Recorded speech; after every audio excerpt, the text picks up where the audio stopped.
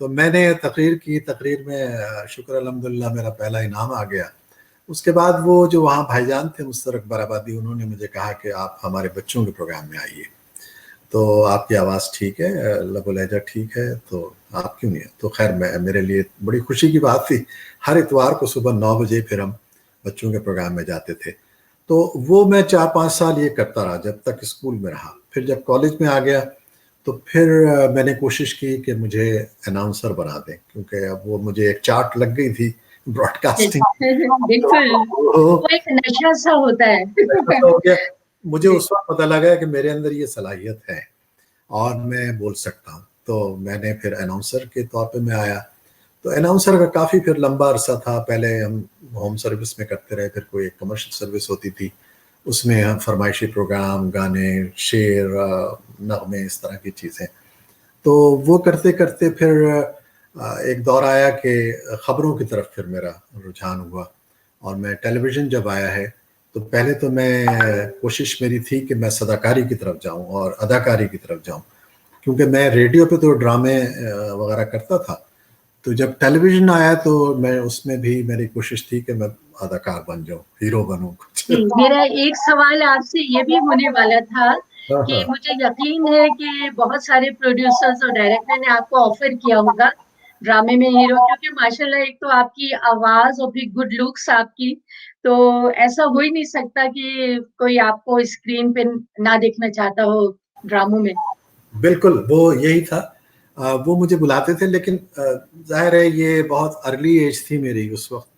تو کالج کا first year تھا, مطلب یہ کہ ذرا میں تھا بھی دبلا پتلا, تو وہ یہ کہتے تھے کہ ہم اسے مین رول نہیں دے سکتے, ہیرو نہیں دے سکتے. آواز اچھی ہے. تو کبھی وہ مجھے داڑیاں لگا دیتے تھے, کبھی کچھ کیریکٹر رول دے دیتے تھے, اور بہت ہی ایسے رول ملتے تھے جو کہ کوئی پرومیننٹ نہیں ہوتے تھے.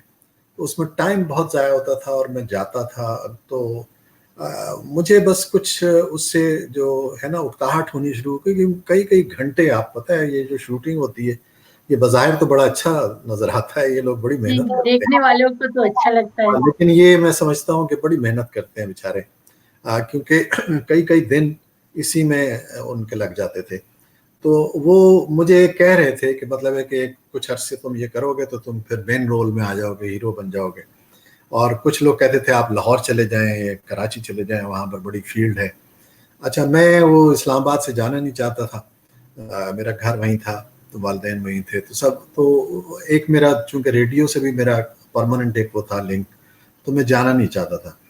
تو اور ریڈیو کا جادو تو میں سمجھتی ہوں خالد صاحب کے, ریڈیو کا جادو جو ہے اس وقت سر چڑھ کے بول رہا تھا, بہت زیادہ تھا. میں اور کہتا آج تک, جی آج تک ہے وہ, آج تک ہے. میں تو وہ میرا وہ بہترین دور تھا, اور میں وہ تو چھوڑنا نہیں چاہتا تھا, کیونکہ وہ ہم فرمائشی نغمے بج جاتے تھے, اور پھر اس کے ٹیلی فون آ رہے ہیں, اور لوگوں کے خط آ رہے ہیں, اور شعر و شاعری ہو رہی ہے, اور پھر ڈرامے میں صداکاری کرتا تھا.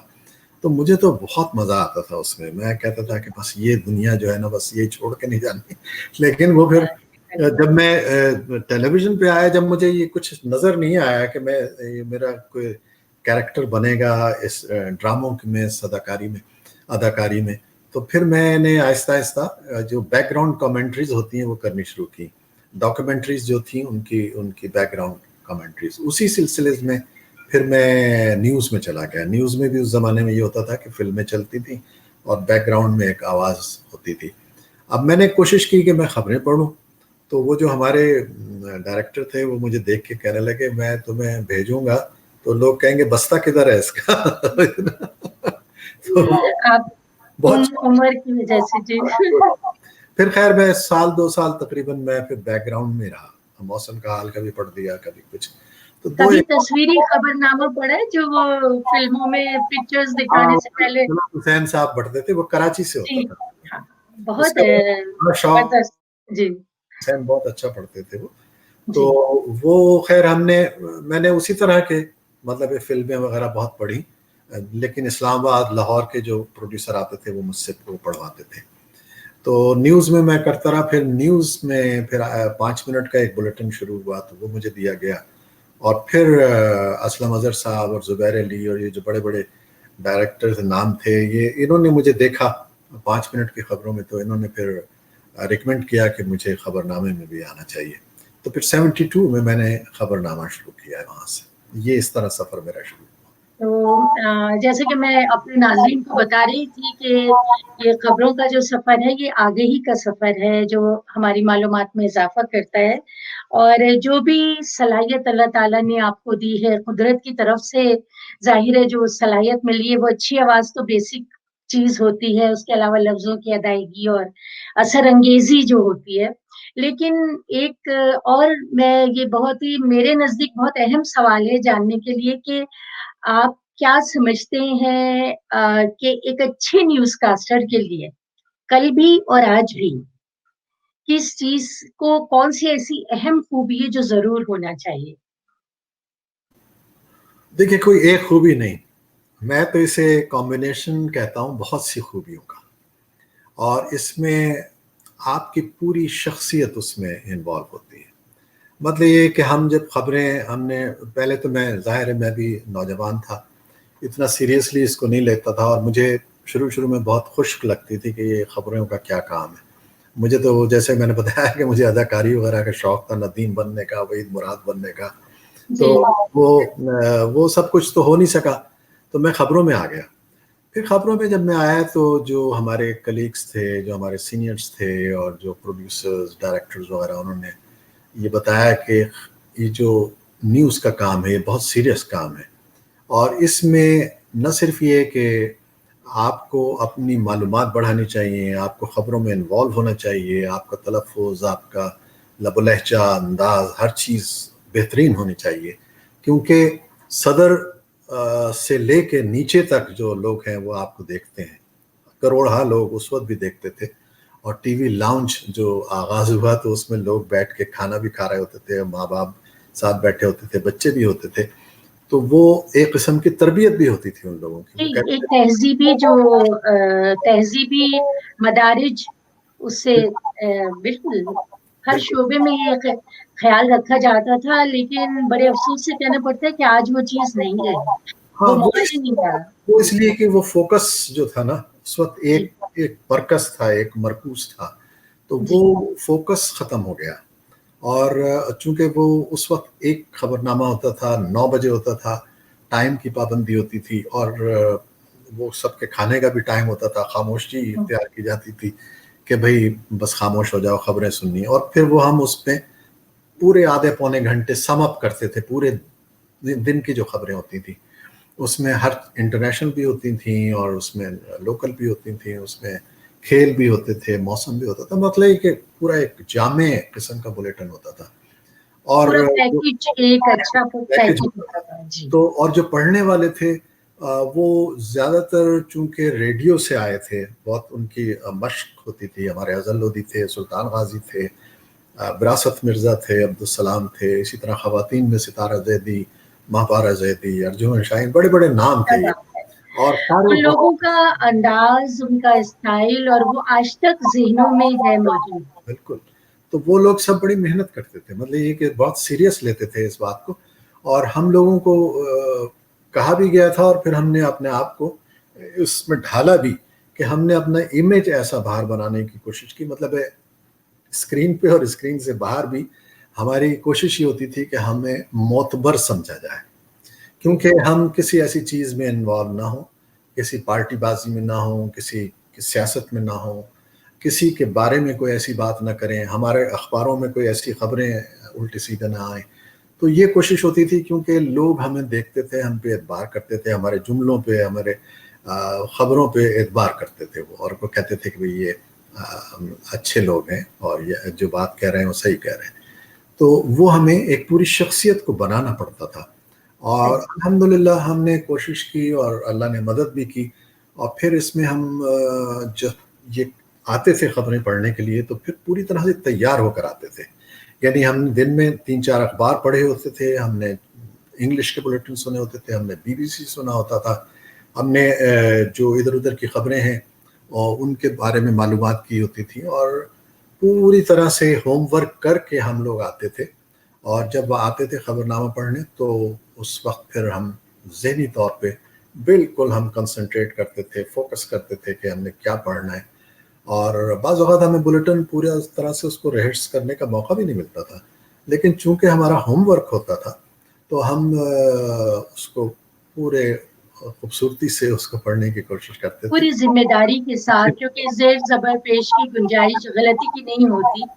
لیکن میں نے بائی دا وے آپ کا وہ ایک پروگرام ان کا دیکھ رہی تھی میں, مہاپارت صفدر کا, جس میں انہوں نے کچھ تحفوں کا, پھولوں وولوں کا بھی ذکر کیا ہے جو آپ کے لیے اکثر خواتین بھیجا کرتی تھی. تو اس میں مطلب کوئی شرمانے کی بات نہیں ہے, بڑی نیچرل سی چیز ہے. ہاں نہیں, وہ ماشاء اللہ. ایک چونکہ عوام سے رابطہ ہمارا اتنا زبردست بن گیا تھا. میں نے آپ کو بتایا نا کہ پہلے تو میں صرف ریڈیو سے تھا, تو وہ اتنا مجھے اچھا لگتا تھا کیونکہ آواز کا رشتہ تھا, اتنا مضبوط تھا کہ میں آج بھی وی او اے میں جب میں ادھر آیا تو میں نے, حالانکہ مجھے ٹیلی ویژن کے لیے بھی کہہ رہے تھے تو مجھے, لیکن میں نے کہا نہیں, میں آواز جو میری ہے نا اس کا رشتہ قائم ہونا چاہیے. اور وہ میری اللہ کا شکر ہے آواز جو ہے اب آج سیاچین پہ بھی لوگ سنتے ہیں, وہاں پر بالکل. دن میں سنتے ہیں. اتنی مطلب یہ بڑی بات ہے اگر ہم سوچیں اس کو کہ جو آواز آپ کی کہاں کہاں تک پہنچ رہی ہے, تو یہ اللہ تعالیٰ کی بڑی مطلب مہربانی ہے آپ پر کہ آپ کتنے لوگوں کو فیضیاب کر رہے ہیں اس سے. اور اب جیسے وی او اے کا ذکر ہو رہا ہے, کتنا معتبر ادارہ ہے یہ, انٹرنیشنلی اتنا ساری دنیا کا جانا پہچانا ادارہ ہے, اور اس میں آپ ماشاءاللہ اتنا اہم کردار ادا کر رہے ہیں. تو یہ ہمارے لیے نہیں بلکہ پورے پاکستان کے لیے بہت فخر کی بات ہے. اور بس اللہ تعالیٰ آپ کو میں کہتی ہوں سلامت رکھے. آپ جیسے ہمارے اور جو ہمارے میڈیا سے تعلق رکھنے والے لوگ ہیں جنہوں نے وطن کا نام باہر بھی بلند کیا ہے, آپ کو ماشاءاللہ بہت سارے ایوارڈس ملے ہیں بہترین کارکردگی کی بنیاد پر, اور خاص طور پہ پرائڈ آف پرفارمنس, جو کہ پاکستان کا سب سے بڑا جو ہے وہ سویلین اعزاز ہے, وہ آپ نے حاصل کیا. تو جب یہ ملا تھا ایوارڈ آپ کو تو کیا فیلنگس تھی آپ کی؟ بس یوں سمجھیے کہ آپ کی جو 25-30 سال کی محنت کا ایک پھل آپ کو مل جاتا ہے. اور میں بڑا خوش قسمت تھا اس لحاظ سے, اللہ تعالیٰ نے بڑا میرے اوپر انعام کیا کہ میں جب اسکول میں تھا تو میں نے تقریری مقابلوں میں حصہ لیا, تو اس میں صدر ایوب خان اور فاطمہ جناح اور جتنے بڑے بڑے جو اس وقت وزیر تھے ان سب کے ہاتھوں سے مجھے کپ ملے, جو اس وقت شیلڈز ملی, کپ ملی, ٹرافیز ملی, اور میں اسکول کے لیے اور کالج کے لیے بڑا اللہ کا شکر ہے نام کمایا. تو اس کے بعد جب میں اس فیلڈ میں آیا تو الحمدللہ مجھے نہ صرف یہ کہ ٹیلی ویژن کے 4-5 بیسٹ نیوز کاسٹر کے ایوارڈ ملے, پھر ریڈیو پاکستان کا جو پہلا یا دوسرا ایک فنکشن ہوا تھا اس میں بیسٹ نیوز ریڈر کا مجھے ریڈیو پاکستان کا ایوارڈ ملا, جو ابھی تک شاید کسی اور کو نہیں ملا. اور پھر کلچرل ایوارڈز میں نگار ایوارڈ نارملی فلموں کو دیا جاتا ہے, فلموں والوں کو, لیکن واقعی بڑی مطلب وہ کیا کرتے تھے نا, یہ اپنے نگار ایوارڈ جنہوں نے شو کہتے ہیں ارشد الیاس راشد, الیاس, تو انہوں نے اسپیشلی مطلب انہوں نے کہا کہ نہیں ہم نیوز میں دیں گے اور خالد حمید کو دیں گے. تو وہ انہوں نے پھر اس کے علاوہ گیلپ سروے ہوتا تھا, وہ 10 سال کا سروے کرتے تھے, تو 2 دفعہ ایسا ہوا کہ 10 سال کا مطلب ایک اشرہ, اس میں انہوں نے مجھے بیسٹ نیوز ریڈر کا مطلب اعزاز دیا, اور وہ سروے کر کے. تو یہ, اور اس کے بعد پھر جب مجھے کوئی تقریباً 25 سال کی خدمات کے بعد یہ مجھے ایوارڈ پرائڈ آف پرفارمنس ملا, تو یہ حکومت کی طرف سے ہوتا ہے, اور یہ آپ کی ریکگنیشن ہوتی ہے کہ آپ کی تمام سروسز کو دیکھا جاتا ہے. چونکہ میں نہ صرف یہ کہ خبریں پڑھتا تھا بلکہ میں جتنے نیشنل فنکشنز ہوتے تھے, قومی تہوار جتنے ہوتے تھے 14 اگست کو, 23 مارچ کو, ان کی میں کامنٹریز کرتا تھا جا کے. اور بعض یہ جو فوج کی جتنے پریڈز ہوتی تھیں 23 مارچ کی خاص طور پہ, اس کی میں ڈائریکٹ مطلب ہے کہ رننگ کامنٹری کرتا تھا. تو وہ سب یہ ساری چیزیں ملا کے وہ پھر دیکھتے ہیں کہ اس شخص کی خدمات کتنی ہیں اور اس کو کیا انعام دینا چاہیے. تو الحمدللہ انہوں نے مجھے پرائڈ آف پرفارمنس دیا 1990 میں, اور الحمدللہ وہ بہت بڑا میرے لیے اعزاز تھا. میں سمجھتا ہوں کہ میں یہ سمجھتی ہوں کہ یہ جو آواز کا جادو ہوتا ہے نا, جی ایک تو پوری شخصیت کا بھی جادو ہوتا ہے, لیکن جو آواز جیسے کہ آپ ریڈیو پہ بھی سن کے اتنے فین ہو جاتے ہیں, تو میں یہ کہوں گی کہ وہ عجیب و غریب مطلب وہ ہوتی فیلنگ جب آپ سن کے خالی کسی کے فین ہو جائیں. تو میں نے ایک شعر اسی طرح کا لکھا تھا, کسی اپنے ریڈیو کی ہماری شخصیت تھی فاروق جہاں تیموری, تو بہت بڑی پروڈیوسر تھیں, اب تو ریٹائر ہو گئی ہیں وہ. تو ان کے لیے میں نے لکھا تھا کہ پھر کہیں سے تیری آواز آئی, پھر کوئی پھول کھلا ہے دل میں. تو وہ آوازیں جو آپ کو بھی اللہ تعالیٰ نے عطا کی ہے, کہ ایسی آوازیں جو دلوں میں پھول کھلا دیں اور خوش کر دیں, تو وہ بس بہت ہی بڑا انعام ہوتا ہے اللہ کا. بہت بڑا انعام. میں سمجھتا ہوں کہ میں یہ قرض اتار نہیں سکتا کہ اللہ تعالیٰ نے جو مجھے یہ تحفہ دیا اور میرے لیے روزگار کا سبب بھی بنایا. میں آج تک مطلب آواز میں بیچ رہا ہوں, اور وہ جو تاریخ عزیز کا جملہ تھا کہ آواز بیچتا ہوں پیٹ پالتا ہوں, تو وہ الحمدللہ آج بھی. اور مجھے یہ خوشی ہوتی ہے کہ لوگ ابھی تک ہمیں دیکھ رہے ہیں اور پسند کر رہے ہیں. ورنہ نارملی یہ ہوتا ہے کہ آپ کسی ایک ڈرامے سے دوسرے ڈرامے میں آئے, تیسرے میں, تو وہ کہتے ہیں یار یہ ایک ہی شخص ہے جو آیا جا رہا ہے. اچھا, مجھے شروع میں لگتا تھا کہ میں اسکرین پہ اب یہ روز آنا جو ہے تو شاید لوگ اکتا جائیں گے مجھ سے, لیکن الحمدللہ ایسا نہیں ہوا. ابھی تک بھی لوگ یہی کہتے ہیں کہ جی آپ واپس آ جائیں, پی ٹی وی پہ آ جائیں, کیوں نہیں آتے. اور میں روز جب یہ فیس بک کر رہا ہوتا ہوں وائس آف امریکہ کی طرف سے, تو آپ یقین کیجئے کہ 60-70 ہزار 80 ہزار 1 لاکھ تک کے لوگ ویوز اس میں ہوتے ہیں, اور کمنٹس ہوتے ہیں 500 کمنٹس ہوتے ہیں. پھر میں ان کا جواب بھی دیتا ہوں. اور آپ کو لوگ اکیلا نہیں چھوڑتے, آپ بزی رہتے ہیں. میں بالکل اتنا بزی رہتا ہوں کہ میں 4-5 بجے تک, میں جب خبریں ختم بھی ہو جاتی ہیں تو میں ان کو سب کو جواب دیتا ہوں. تو 400-500 کمنٹس آپ کو پتا ہے, ان کو پھر ایک کو جواب دینا, تو 2 گھنٹے میرے اس میں لگ جاتے ہیں. لیکن میں یہ اپنا فرض سمجھتا ہوں کہ جس شخص نے بڑی محبت سے مجھے دعائیں دی ہیں, سلام بھیجا ہے, تو میں کم از کم اس کو 1 لائن جواب ضرور دے دوں کہ بھائی ہاں. اچھا خالد صاحب, آپ جب یہاں تشریف لائے تھے, امریکہ آئے تھے, اب آپ کو کتنے سال ہو گئے, اور آپ کی فیملی آپ کے ساتھ ہی ہے شروع سے ہی ماشاءاللہ, تو کتنے بچے آپ کے ہیں, اور ماشاءاللہ کیا کر رہے ہیں وہ, یہ بھی جاننا چاہیں گے ہم. ماشاءاللہ میں سمجھتا ہوں کہ یہ بڑا اعزاز ہے. آپ یہ بچوں کو دیکھ رہے ہیں, میرا بیٹا کھڑا ہے رائٹ پہ, اور میری بیچ میں ہے, ادھر بیٹی ہے, اور ادھر میرا یہ داماد ہے, اور دوسری بیٹی ہے مدیحہ, اور یہ بیچ میں ربیہ ہیں, اور ریڈ سی جو میرون سی انہوں نے شرٹ پہنی, اور پھر حارث کھڑے ہیں جو چشمہ لگا کے ادھر رائٹ پہ.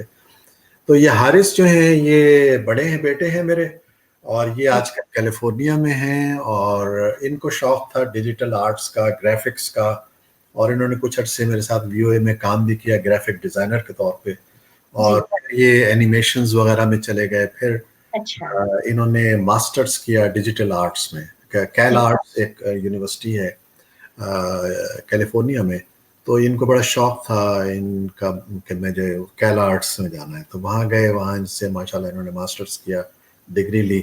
تو ماشاءاللہ بیٹیاں بیٹے سب سیٹ ہے اپنی اپنی جگہ پہ. الحمدللہ بالکل. انہوں نے اپنا پڑھ کے پھر نیٹ فلکس سے وہ ہے اس میں اس وقت ایڈیٹر ہیں. اور یہ جو دوسری ربیہ بیٹھی ہیں رائٹ پہ, یہ آرکیٹیکٹ ہیں. انہوں نے ماشاءاللہ آرکیٹیکچر میں, اور یہ ایک یہاں واشنگٹن میں بہت بڑی کمپنی ہے, اس میں ماشاءاللہ یہ اس وقت رجسٹرڈ آرکیٹیکٹ ہیں. اور میں تو یہ سمجھتی ہوں کہ یہ ماں باپ کا دونوں ہی کا ایک مطلب حصہ ہوتا ہے اس میں, بچوں کو اچھی تربیت اور اچھی تعلیم دینے میں. تو یقیناً آپ کی بیگم کا بھی بہت اہم کردار رہا ہوگا. میری بیوی, ان کا نام بھی مونا, ہم انہیں کہتے ہیں منزلہ. جی بالکل, وہ جب ملتی ہیں مجھ سے تو ہم ایک دوسرے کو چھیڑتے ہیں کہ پہلے کس کا نام رکھا گیا تھا. ہاں بالکل, وہ ان کی بھی خواہش تھی, بلکہ ہم پاکستان میں تھے تو ہم یہ سوچتے تھے کہ کسی طریقے سے ہم اپنے بچوں کو باہر تعلیم کے لیے بھیجیں. اور مجھے اس زمانے میں ہماری جو نیوز کاسٹر تھیں انگلش کی، شائستہ زید، جی وہ میں ان کو بڑا آئیڈیلائز کرتا تھا. بہت ہی عمدہ خاتون اور بہت ہی زبردست نیوز کاسٹر تھیں. جی اور جی. وہ ماشاءاللہ سی بی کالج میں پڑھاتی اب تو خیر ریٹائر ہو گئی، اور پھر وہ وہاں پرنسپل بھی ہوئی. تو میں اپنی جب بیٹیاں میری ہوئی ہیں ماشاءاللہ، تو میں کہتا تھا کہ میں سی بی کالج میں بھیجوں گا تاکہ یہ شائستہ کی طرح شائستہ بنے. تو وہ الحمدللہ خواہش تو پوری ہوئی، لیکن وہ ہمیں موقع مل گیا کہ ہم یہاں آ گئے. اور یہاں آ کے پھر بچیوں نے پڑھا، میں نے انہیں بھیجا. ایک نے ورجینیا ٹیک سے کیا، ماسٹرز کیا، دوسری نے ولیم اینڈ میری سے کیا، ماشاءاللہ دونوں اچھی یونیورسٹی سے. تو وہ اچھا، آپ کی بات کٹ رہی ہے، معاف کیجیے گا. یہ ادب سے جو آپ کی دلچسپی ہم دیکھتے ہیں جی کہ یہاں پہ جو ادبی تقریبات ہوتی ہیں اس میں آپ کا پارٹیسپیشن، اور آپ کو جو ہے خاص طور پہ بلایا جاتا ہے. اور کیا کہتے ہیں، یہاں کی جتنی بھی ادبی تنظیمیں ہیں غالباً سب میں آپ نے پارٹیسپیٹ کیا اور اپنی صلاحیتیں ہمیں دی ہے. اور آپ کی موجودگی جو ہے وہ ہماری تقریبات کے معیار میں اضافہ کرتی ہے، مقدار میں اضافہ کرتی ہے. یہ تو ہم سب مانتے ہیں. تو یہ جو آپ کو ادبی ذوق اور یہ تمام معلومات ادبی جو ہیں آپ کو، وہ کیا میں یہ سمجھوں کہ آپ نیوز کاسٹر نہ ہوتے تو آپ ادیب یا شاعر ہوتے؟ شاید میں اصل میں شاعری کا یہ جہاں تک ہے، مجھے سننے کا تو بہت شوق ہے. مطلب مشاعرے آپ نے دیکھا ہوگا کہ یہاں بھی جو ہوتے ہیں علی گڑھ کے مشاعرے، اور اس میں سب میں آتا ہوں. آپ بھی جو کرواتی ہیں اس میں بھی میری کوشش ہوتی ہے. اور پاکستان میں بھی ہمارے کالجز میں ہوتے تھے، گورنمنٹ کالج میں، گورنمنٹ کالج میں اتنے بڑے بڑے مشاعرے ہوتے تھے کہ جوش ملی آبادی صدارت کر رہے ہیں، اور فیض احمد فیض اور احمد ندیم قاسمی، احمد فراز، اور جتنے بڑے شاعر آپ کوئی بھی نام لے لیں وہ سب وہاں موجود ہوتے تھے. اور پھر پروین شاکر اور افتخار عارف کو ہم نے ایسے دیکھا. کیا بات ہے، یہ لوگ تو اب ایسے لوگ پیدا نہیں ہوتے. بالکل صحیح. مطلب وہ 70s کا جو دور تھا نا، میں کہتا ہوں کہ پاکستان کا یعنی پرائم سنہری دور تھا، ایسا دور تھا جس میں بہترین شاعر پیدا ہوئے، بہترین ادیب پیدا ہوئے، بہترین اداکار پیدا ہوئے، بہترین فلمیں بنی، بہترین موسیقار، گلوکار، کوئی آپ نام لیجئے، مہدی حسن، نور جہاں، اور مطلب نغمہ نگار کیسے اچھے تھے. تو میں جب ان لوگوں کو دیکھتا تھا تو میری ہمت نہیں بڑھتی تھی کہ میں کوئی شعر ویر کہوں، کیونکہ میں کہتا تھا اتنے بڑے بڑے لوگ ہیں یہ، ان کے سامنے کیا ہم. لیکن اب میں کبھی بلاگز وغیرہ جب لکھتا ہوں اور اپنے اب یادداشتیں لکھنے کی کوشش کر رہا ہوں، تو جب یہ میرے بچے اور جو لوگ پڑھتے ہیں اور سنتے ہیں وہ کہتے ہیں کہ آپ بہت اچھا لکھتے ہیں، تو آپ لکھتے رہیں. تو وہ میں سمجھتا ہوں کہ اگر میں یہ نہ ہوتا تو میں بھی کوئی لکھاری ہوتا. اور میں نے کچھ ریڈیو کے لیے بھی تھوڑے سے کبھی کبھی ڈرامے لکھے، اسکٹس لکھے. میں جتنے پروگرامز میں کرتا تھا شعر و ادب کے، وہ سارے میں خود لکھتا تھا اور خود پڑھتا تھا. خالد حمید صاحب، اب یہ شعر و ادب کی بات چلی ہے تو میں آپ سے فرمائش کروں گی کہ کوئی اپنے کسی بھی پسندیدہ شاعر کے کچھ کلام ہمیں ہمارے ناظرین کو سنائیں. ضرور. بالکل صحیح ہے. اب یہ مجھے نہیں پتا کہ آپ کے پاس وقت کتنا ہے، لیکن یہ ہے کہ ہمارے پاس ابھی کوئی 7 منٹ ہے تقریباً. جو اچھا گھڑی جو ہے وہ بہت تیزی سے آگے بھاگ رہی ہے اور میں روکنے کی کوشش کر رہی ہوں اس کو، لیکن آپ پلیز عطا کریں. اچھا، تو یہ پہلے تو میں فیض صاحب کے یہ ایک دعائیہ وہ ہے کلمات ہیں، کیونکہ آج کل جو حالات ہیں ان کے حساب سے بھی میں چند اشعار یہ پڑھ دیتا ہوں کہ آئیے ہاتھ اٹھائیں ہم بھی، ہم جنہیں رسم دعا یاد نہیں، ہم جنہیں سوز محبت کے سوا کوئی بت کوئی خدا یاد نہیں. آئیے عرض گزاریں کہ نگار ہستی، زہر امروز میں شیرینی فردا بھرتے، وہ جنہیں تاب گراں باری ایام نہیں، ان کی پلکوں پہ شب و روز کو ہلکا کرتے. کیا بات. ان کی آنکھوں کو رخ صبح کا یارہ بھی نہیں، ان کی راتوں میں کوئی شمع منور کرتے، جن کے قدموں کو کسی رہ کا سہارا بھی نہیں، ان کی نظروں پہ کوئی راہ اجاگر کرتے. اور ایک اور میں آپ کو چھوٹی سی نظم ان کی جو بڑی مشہور ہے اور وہ میں جی پڑھنا چاہوں گا کہ ارشاد. جی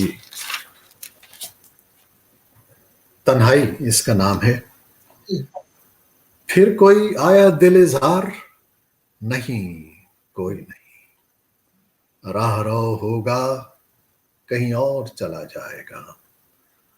ڈھل چکی رات، بکھرنے لگا تاروں کا غبار، لڑکھڑانے لگے ایوانوں میں خوابیدہ چراغ.